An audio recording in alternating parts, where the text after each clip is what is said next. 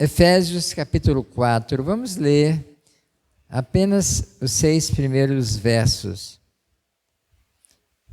Rogo-vos, pois, eu, o prisioneiro no Senhor, que andeis de modo digno da vocação a que fostes chamados, com toda a humildade e mansidão, com longanimidade, suportando-vos uns aos outros em amor, esforçando-vos diligentemente por preservar a unidade do Espírito no vínculo da paz. Há somente um corpo e um Espírito, como também fostes chamados numa só esperança da vossa vocação. Há um só Senhor, uma só fé, um só batismo, um só Deus e Pai de todos, o qual é sobre todos e age por meio de todos e está em todos. Senhor, em nome de Jesus, pedimos mais uma vez a bênção Tua, Senhor, sobre a Tua palavra. Pai, que o Teu Espírito Santo possa nos dar a sabedoria, a unção, o entendimento, Senhor, da Tua palavra. Que o Teu Espírito Santo possa trazê-la ao nosso coração, revelada, Senhor, pelo Teu Espírito. Ó Deus, e que essa palavra, nesta noite, possa trazer edificação, conserto, possa trazer, ó Deus, Pai, salvação, arrependimento, conversão. Pai, tudo aquilo que o Senhor já tem, Pai, determinado desde antes da fundação do mundo.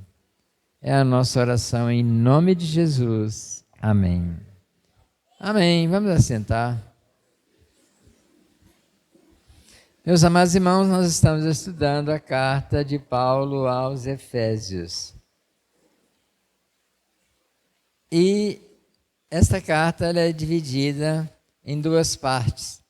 Capítulos 1, 2 e 3, capítulos 4, 5 e 6.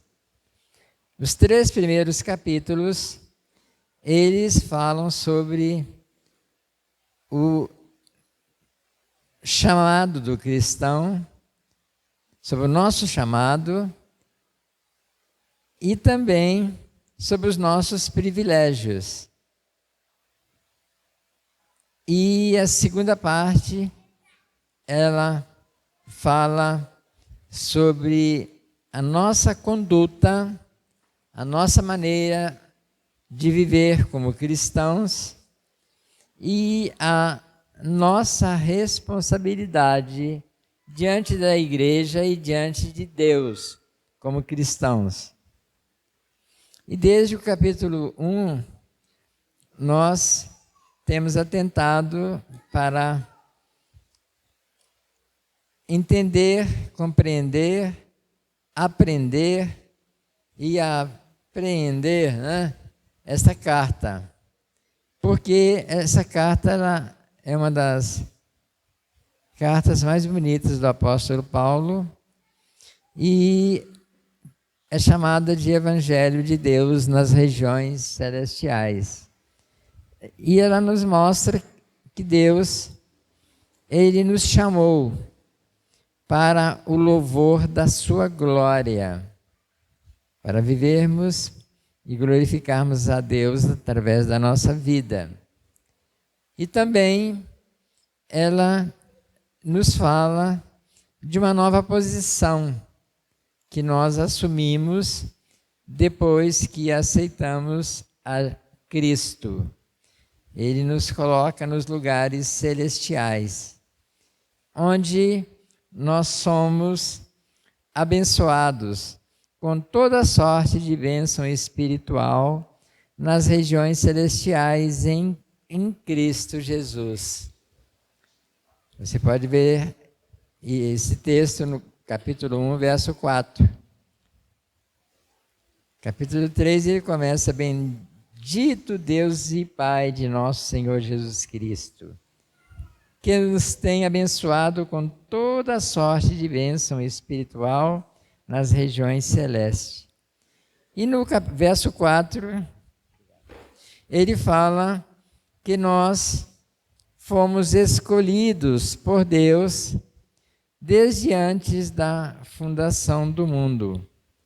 Ele fala assim: assim como nos escolheu nele antes da fundação do mundo, para sermos santos e irrepreensíveis perante ele, e em amor nos predestinou. Fala de escolha e predestinação. Lá na eternidade ainda, ele nos conheceu e nos escolheu. Nos escolheu por quê? Porque éramos melhores do que os outros, mais bonitos? Não. Ele, quando resolveu fazer o homem à sua imagem e semelhança, ele já sabia do pecado de Adão e Eva. Mas, se ele não fizesse Adão e Eva, nós não existiríamos. Porque nós somos descendentes de Adão e Eva, e um outro casal seria uma outra descendência. E por nossa causa, então, ele manteve o plano dele. Deus não tem surpresa. Ele sabe, diz a Bíblia, as nossas palavras antes mesmo delas nos chegar à boca. Ele sonda a mente, sonda os corações, e não há como fugir e escapar da presença de Deus. Ele tudo vê. E ele, então, nos escolheu e nos predestinou. Eu creio na predestinação, não como uma certa igreja crê, que diz, se Deus predestinou o Antônio, o José ou a Maria para ser salvo, eu não preciso pregar para ele, Deus vai dar um jeito e vai salvá-lo. Mas a Bíblia nos fala que nós somos salvos pela loucura da pregação. Então o Evangelho tem que ser pregado. E até para aqueles que irão para o inferno.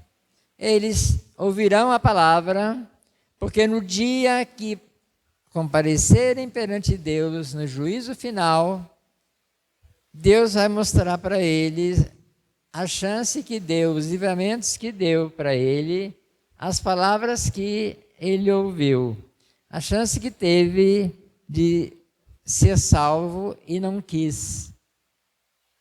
E ele vai reconhecer que o lugar dele é o lago de fogo.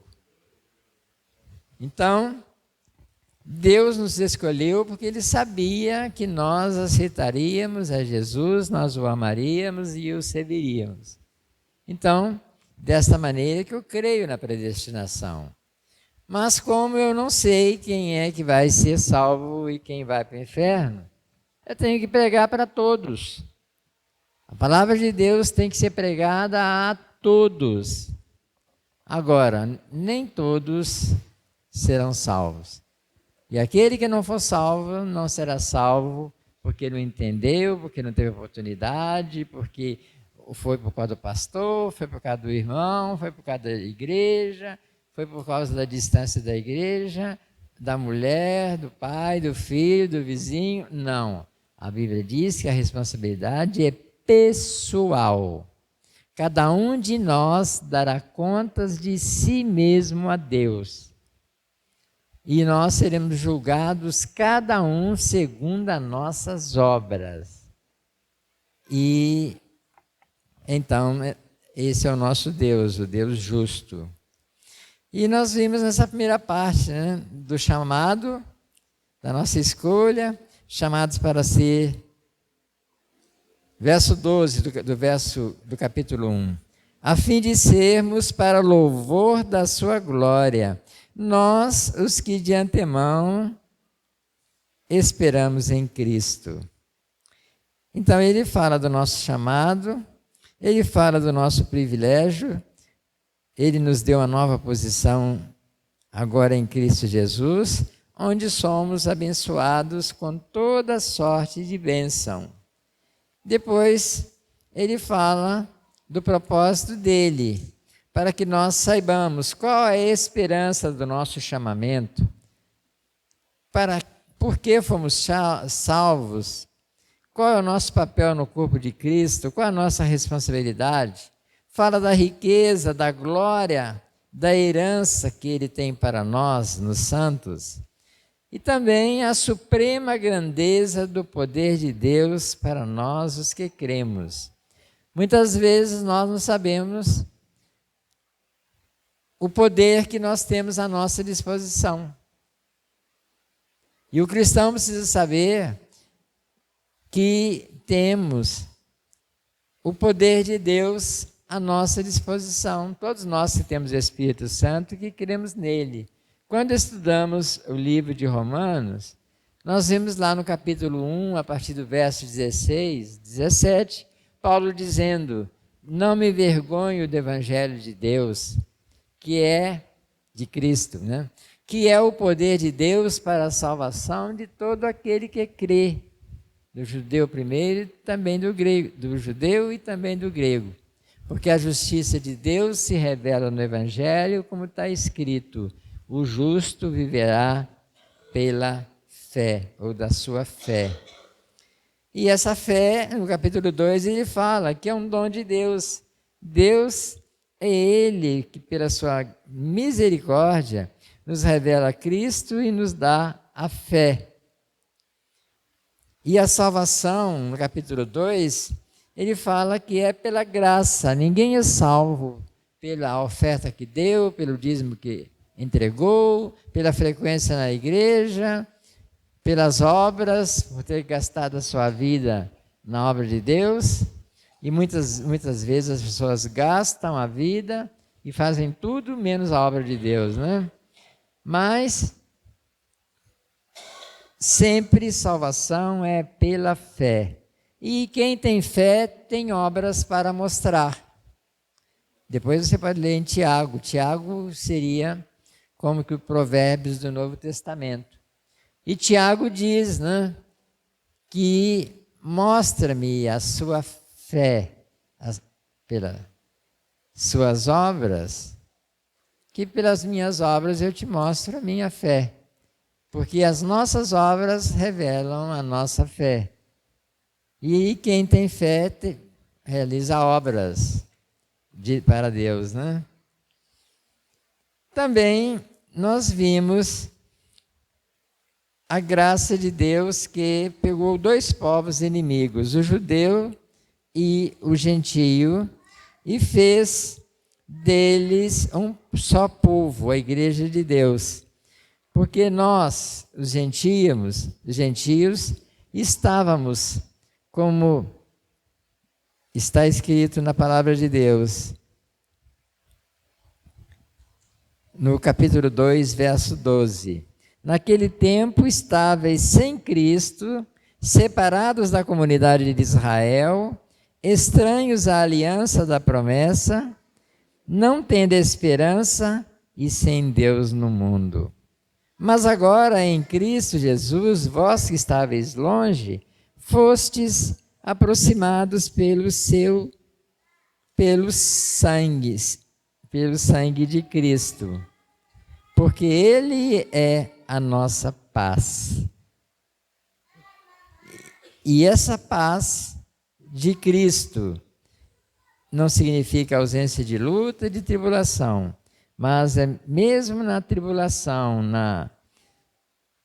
nas lutas, nós sabemos que Ele está conosco e que Ele faz o melhor por nós. E no capítulo 3, Paulo fala um pouco sobre seu chamado, e ele fala, verso 8, a mim, o menor de todos os santos, me foi dada essa graça de pregar aos gentios o evangelho das insondáveis riquezas de Cristo. Essas riquezas de Cristo que são insondáveis. E fala também da igreja, para que pela igreja, por isso que o cristão, o lugar dele é na igreja.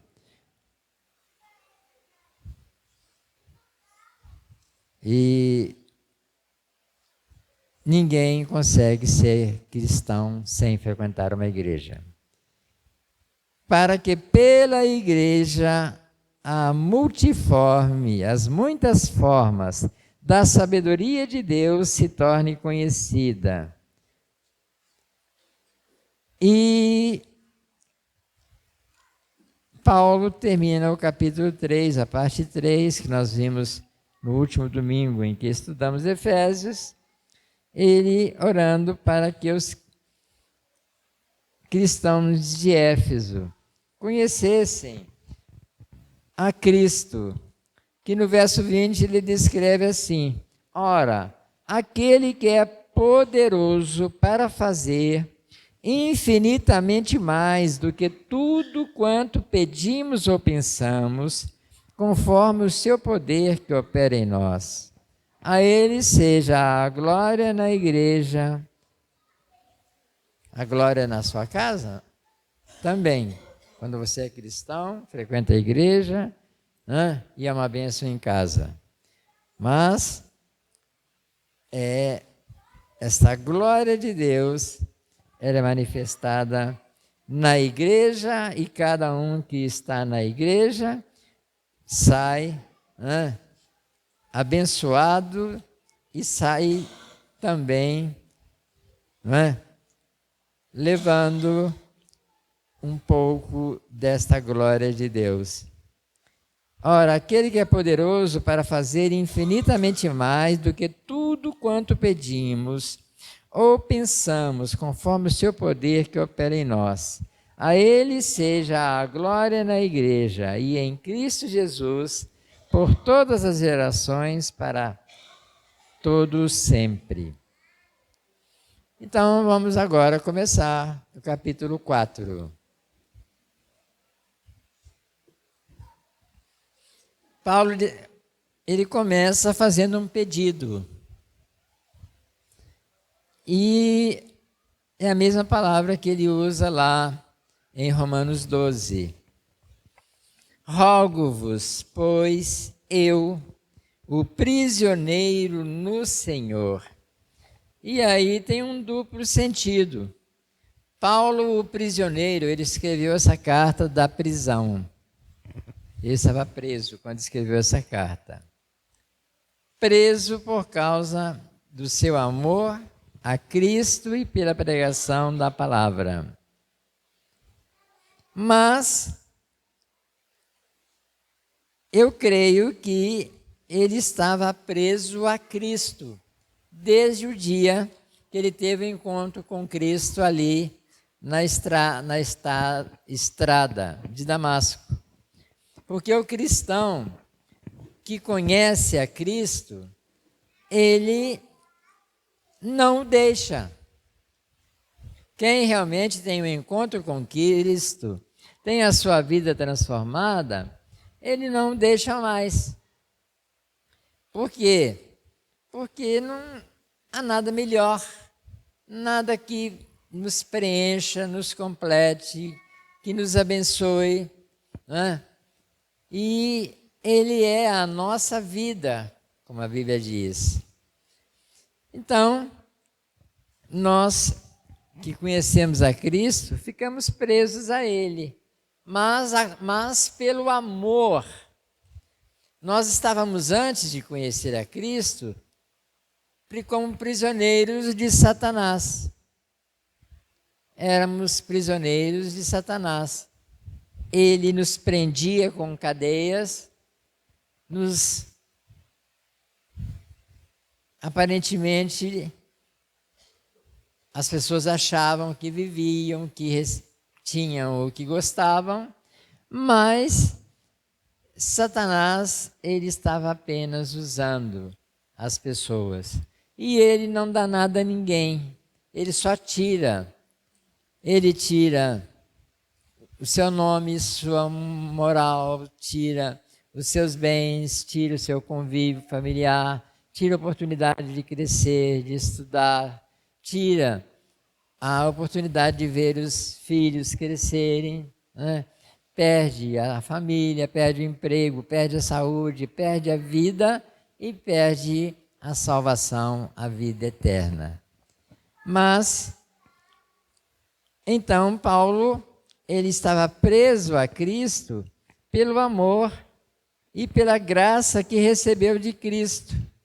E ele, nós vimos no capítulo, nessa retrospectiva dos 6 primeiros capítulos, que ele se considerava o menor dos apóstolos. E ele, que foi perseguidor da igreja, escrevendo a Timóteo, ele diz que ele era o principal dos pecadores, que não merecia este privilégio. Mas Deus foi gracioso com ele e lhe deu o privilégio de pregar o Evangelho.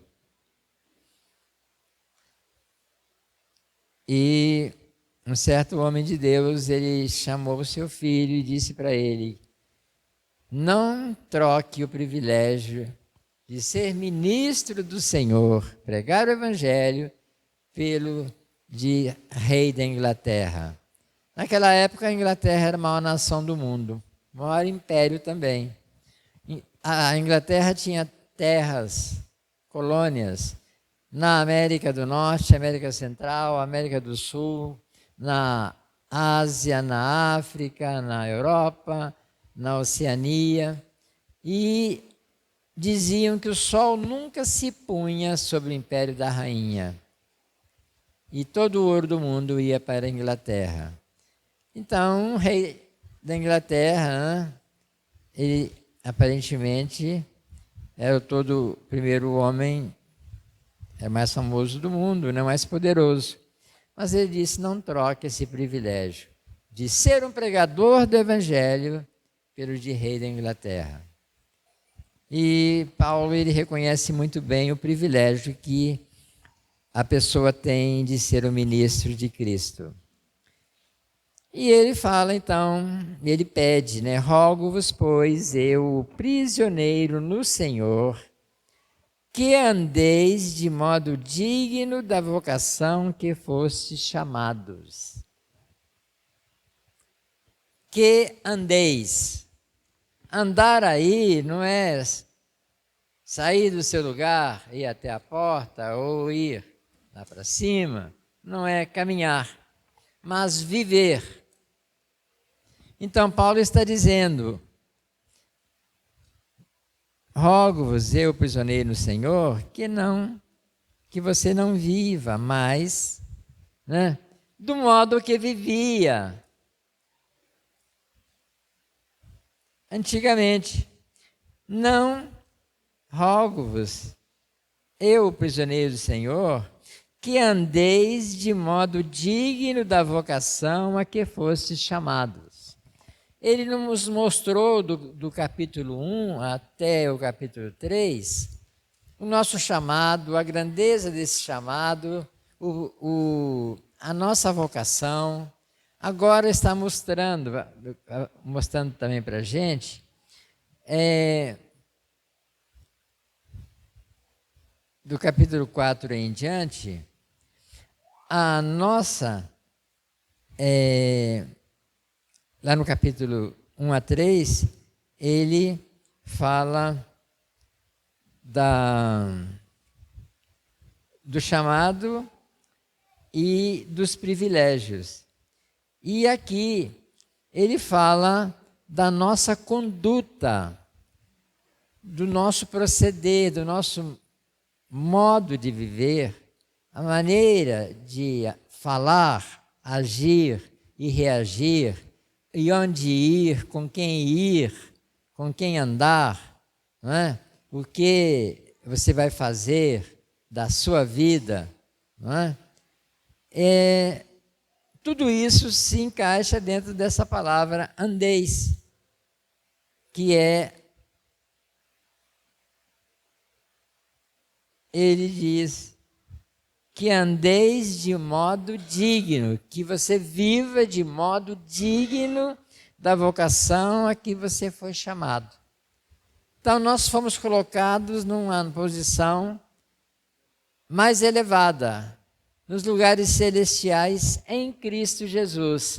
Temos o Espírito Santo, conhecemos a palavra, temos à nossa disposição a palavra de Deus, temos o Espírito Santo, temos a revelação de Deus, então temos que viver uma vida que seja de modo digno desta fé que nós professamos. Você fala que é cristão e as pessoas têm que ver na sua vida que você é cristão. Não é só palavra. Eu já disse várias vezes aqui que as palavras convencem, mas o exemplo arrasta. Palavras convencem, né? A pessoa fica convencida e às vezes não sai do lugar, não toma uma atitude, não muda de vida, não toma um outro caminho, não assume uma outra postura, mas o exemplo arrasta. Quando você anda com alguém que é abençoado, você vai ser abençoado também.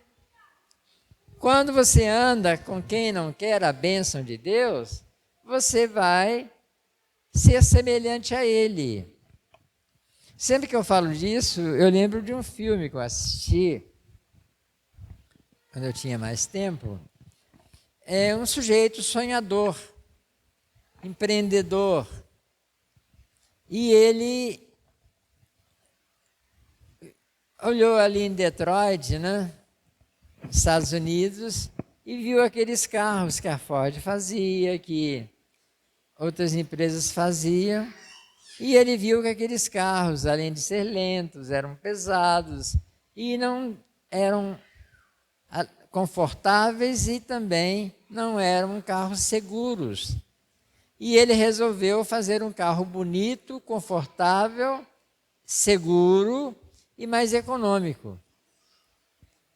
E ele teve que lutar muito para conseguir recurso. Mas como as indústrias lá de Detroit tinham um poder político forte, cortaram todas as fontes de empréstimo para ele.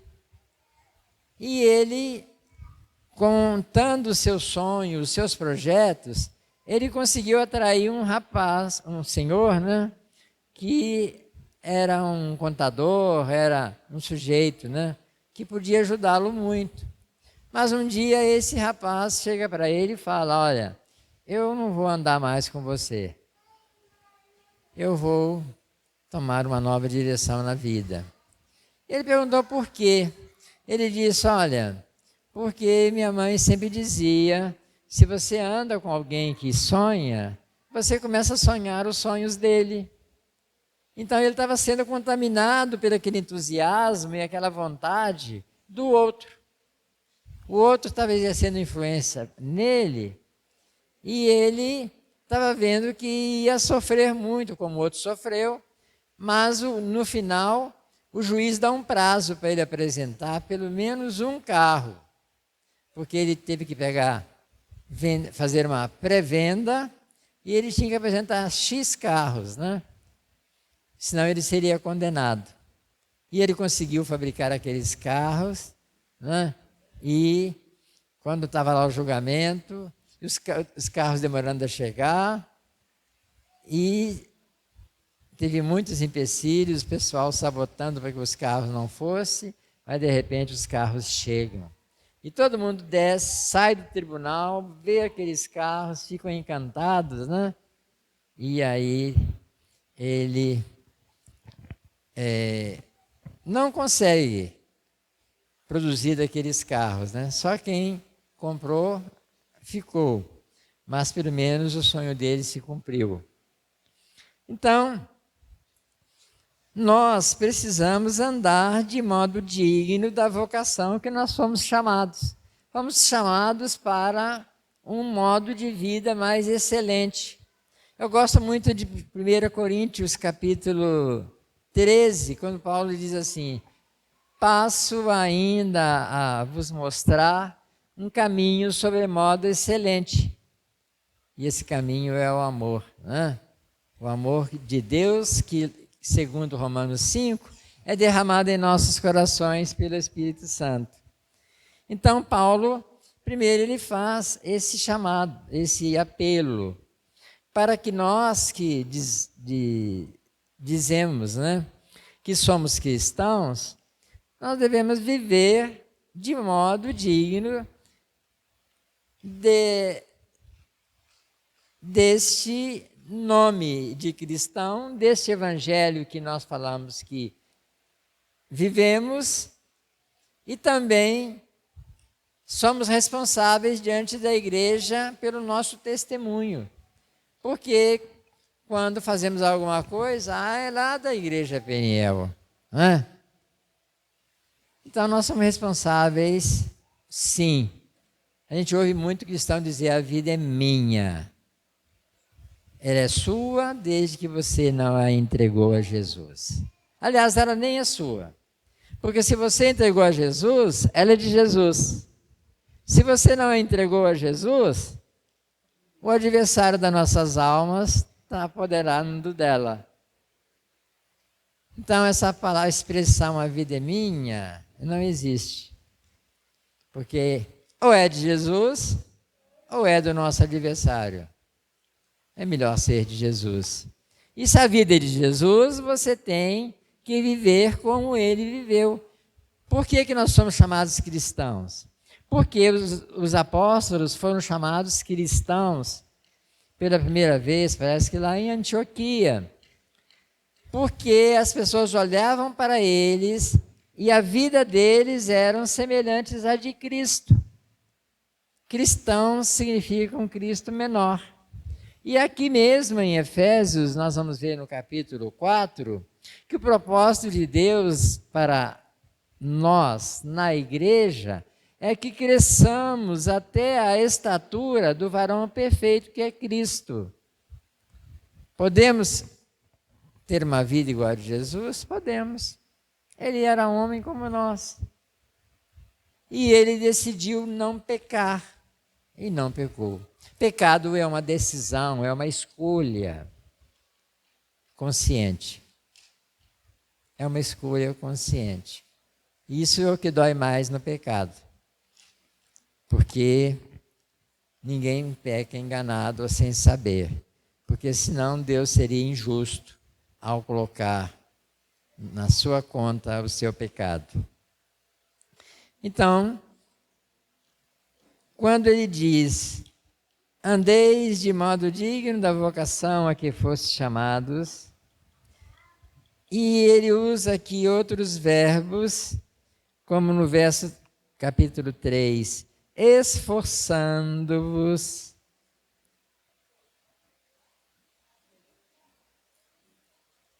O verbo no grego, ele tem uma ação pontual.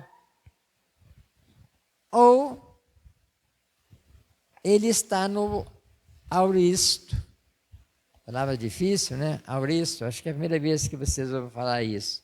Mas auristo é um tempo do verbo no grego em que não há a ação que a Bíblia diz, está falando que Jesus fez ou vai fazer, ela tem um tempo de começar, mas não tem um tempo de acabar. E a vida cristã é assim, ela começa no dia que você aceita Jesus, de todo o seu coração. E ela não acaba mais, ela dura para toda a eternidade. Não tem fim. Tem um texto lá em Lamentações que o profeta Jeremias diz, né? Que as misericórdias do Senhor se renovam a cada manhã. Grande é a fidelidade dele, né? Que a misericórdia dele não tem fim.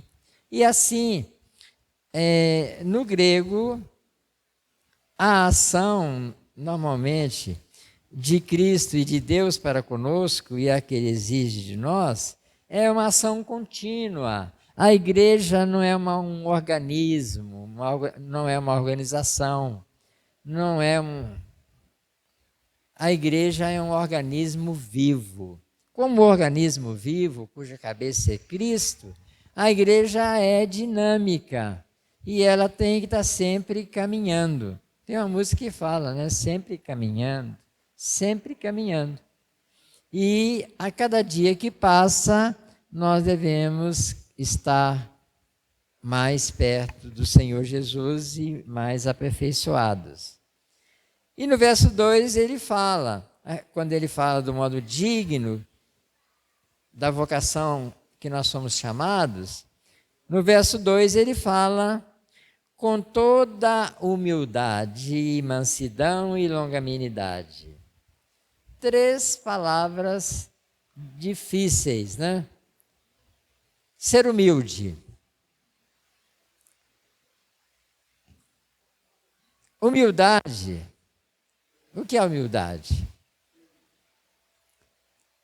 Ser humilde não é ficar aí com carinha, com a cara, né, de quem, né, está precisando de ajuda, quem está caladinho, consciente com tudo, balança a cabeça.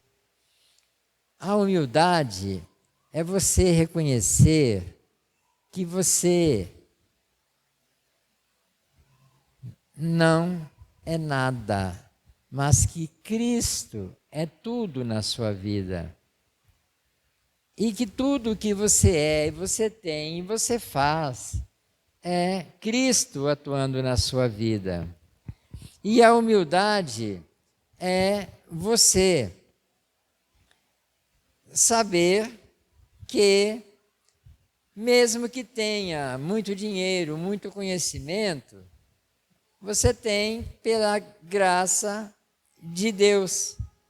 E que você morrendo não vai levar esse conhecimento, não vai levar os seus bens, não vai levar a sua riqueza, e que,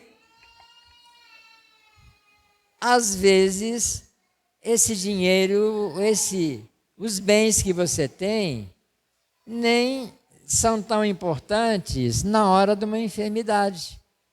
Eu me lembro no Covid, o testemunho de uma filha de um banqueiro português, um dos homens mais ricos de Portugal, que ela disse o seguinte: o meu pai tinha dinheiro para comprar o que ele quisesse, mas morreu sem conseguir ter aquilo que é de graça, o ar que você respira e que você nem agradece a Deus por ele. Quantos litros de oxigênio você já respirou hoje? Você já parou para pensar? Pagou quanto?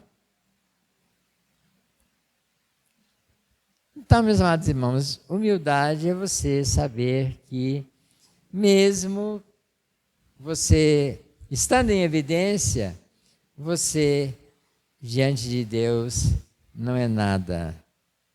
E que sempre tem alguém que vai superar você. Mansidão. Mansidão é você tratar as pessoas de forma dócil, de forma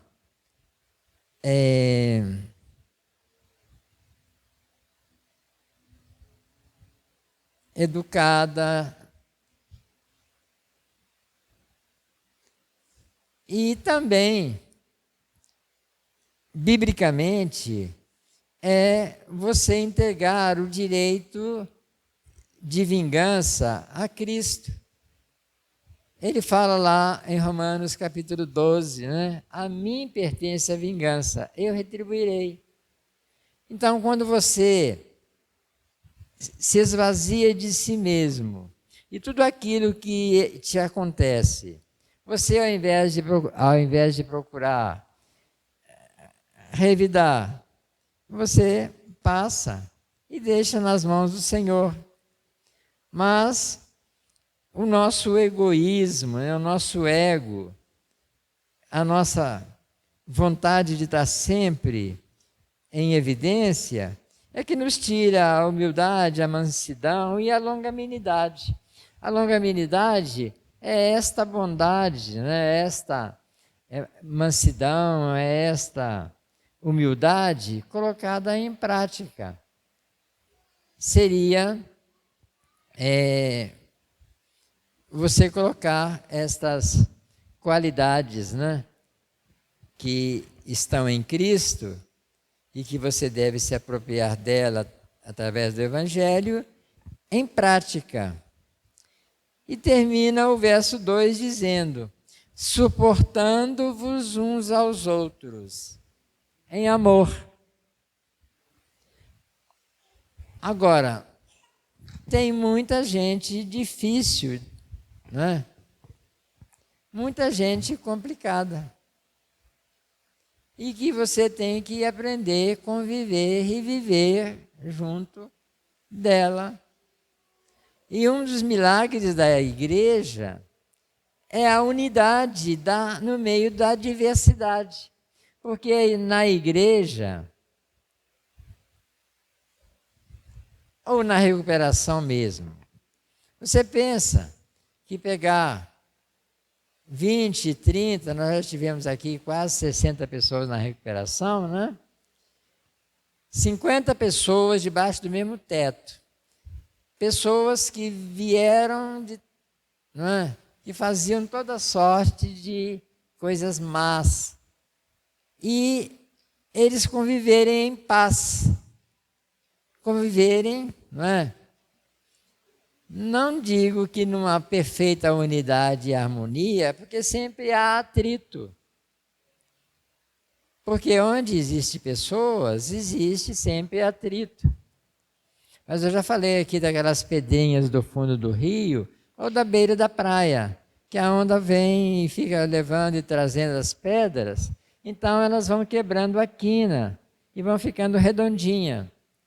E a Bíblia diz lá em Provérbios que o homem, né, o ser humano, ele vai afiando, né, o seu próximo, tirando as arestas do próximo. É no convívio com essas pessoas difíceis que nós praticamos a humildade, a mansidão e a longanimidade. E aprender a suportar. Mas não é suportar como alguns suportam, né?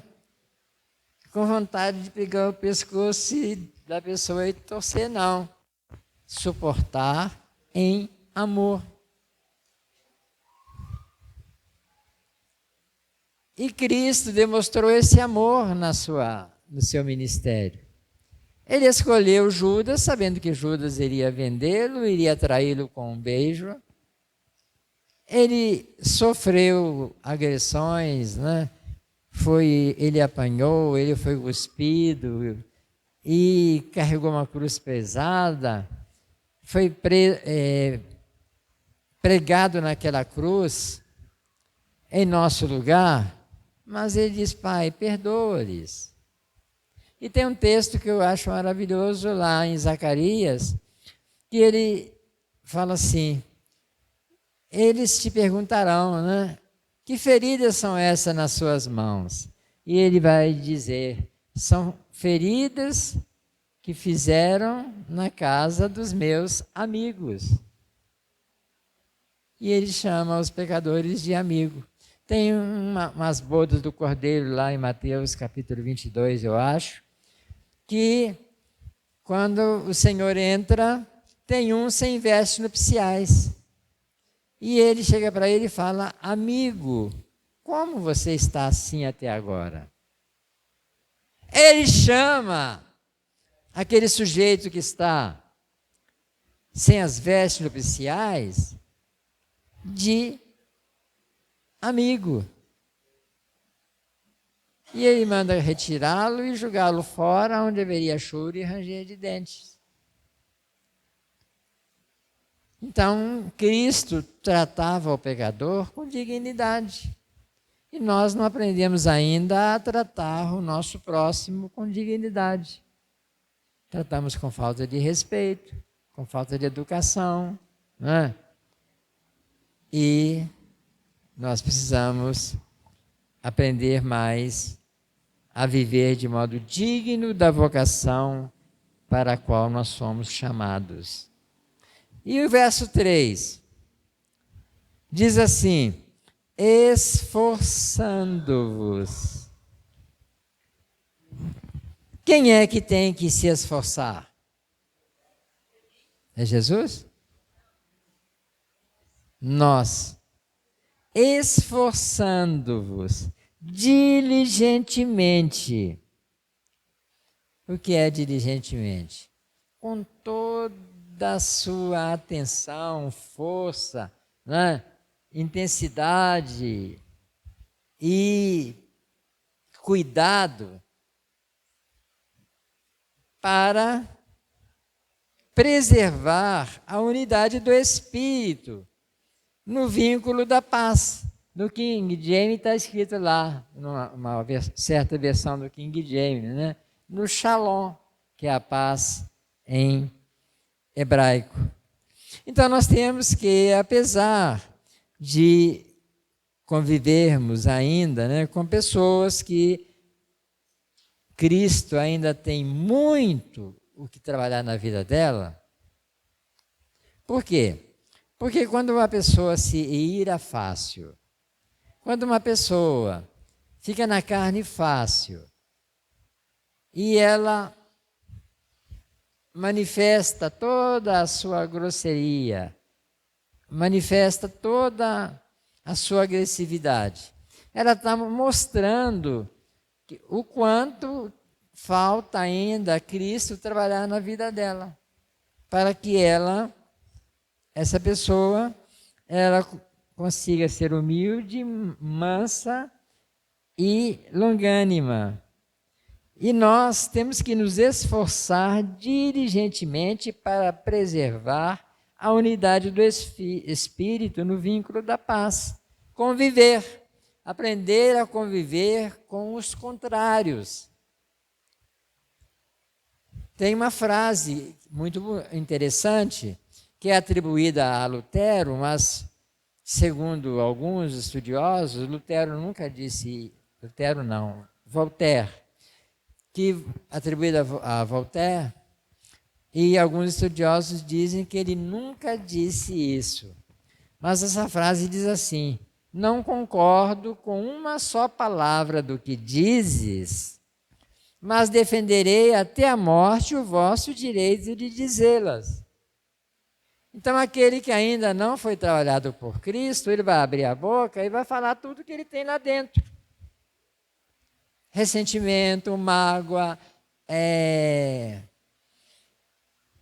ódio, o seu ego ferido, tudo. Mas nós não vamos concordar com isso, mas vamos compreender que ele precisa ainda ser trabalhado por Cristo. E isso mostra o grau, né, em que ele está e o quanto Cristo ainda precisa trabalhar. E todos nós precisamos ser trabalhados por Cristo. Isso nós vamos ver mais especificamente no final deste capítulo 4, até chegarmos à estatura do varão perfeito que é Cristo. Mas precisamos aprender a ouvir o contraditório, né? E ouvir uma opinião contrária à nossa, e se ele não concordar com a nossa opinião bíblica, orar por ele. Se você falar, olha, mas na Bíblia está isso, isso e isso, mas ele não quiser falar, né? Eu já sei, não precisa pregar para mim, eu conheço a Bíblia. Às vezes conhece a Bíblia sim, né? Sabe que ela é preta, tem uma capa preta, tem né? Mas não conhece o conteúdo. Por quê? Tem alguns que vai pregar para ele, eu conheço a Bíblia de capa a capa. Né? Ele sabe que ela é cheia de letras. Mas só que essas letras não entraram na mente, nem no coração, e nem ele assimilou, meditou nessas palavras, e essas palavras passaram a fazer parte da vida dele. Porque a meditação, nós podemos comparar a meditação com o boi ruminando. O boi, ele come em média 40 quilos de capim por dia. E ele sai de manhã lá do curral, né, o boi e a vaca, e passa o dia inteiro comendo, pastando, né? E à noite ele traz para o curral, você vê ele deitado, você olha para ele, parece que ele está mascando chiclete. Mas é que aquele alimento volta e ele vai ruminar, vai triturar. E quando ele faz esse processo, ele está extraindo daquele alimento aquilo que ele precisa. As proteínas, as vitaminas, os sais minerais, tudo aquilo que vai fazer parte da vida dele. E se no outro dia você matar aquele animal, levar no microscópio, você vai ver ali, né, no corpo dele, as substâncias que estavam lá. Poderia até dizer, ele comeu isso, comeu aquilo. Então, por quê? Porque ele ruminou e aquele alimento passou a fazer parte do corpo dele. E isso ele vai engordando, ele vai lhe dando vida. E assim também é a palavra de Deus. Meditar é isto, é você ler um texto bíblico e ficar pensando nele, e você fazer perguntas, né? O que é que esse texto me ensina? O que é que eu preciso mudar na minha vida?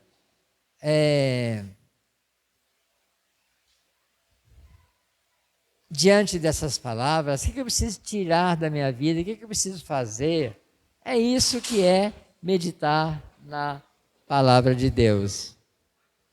E para isso, para que haja essa unidade de espírito e a paz, nós precisamos nos esforçar. E o verso 4 diz que há somente um corpo, o corpo de Cristo, que ele é o cabeça, que é a igreja. O verso-chave de Efésios é o capítulo 1, 23, que diz, né, que ele é o cabeça da igreja. Então, há somente um corpo, que é a igreja, um Espírito, que é o Espírito Santo, que está nesse corpo, que somos nós somos membros desse corpo, como também fostes chamados numa só esperança da vossa vocação. Nós somos chamados para viver para a glória de Deus e sermos salvos. Nesta esperança, há um só Senhor, que é Cristo. O outro, que se intitula Senhor desse século, deste mundo, ele atua no mundo, por quê? Porque o mundo, Deus, ele, quando fez Adão e Eva, ele entregou o poder nas mãos de Adão para administrar o mundo e tudo que existe no mundo.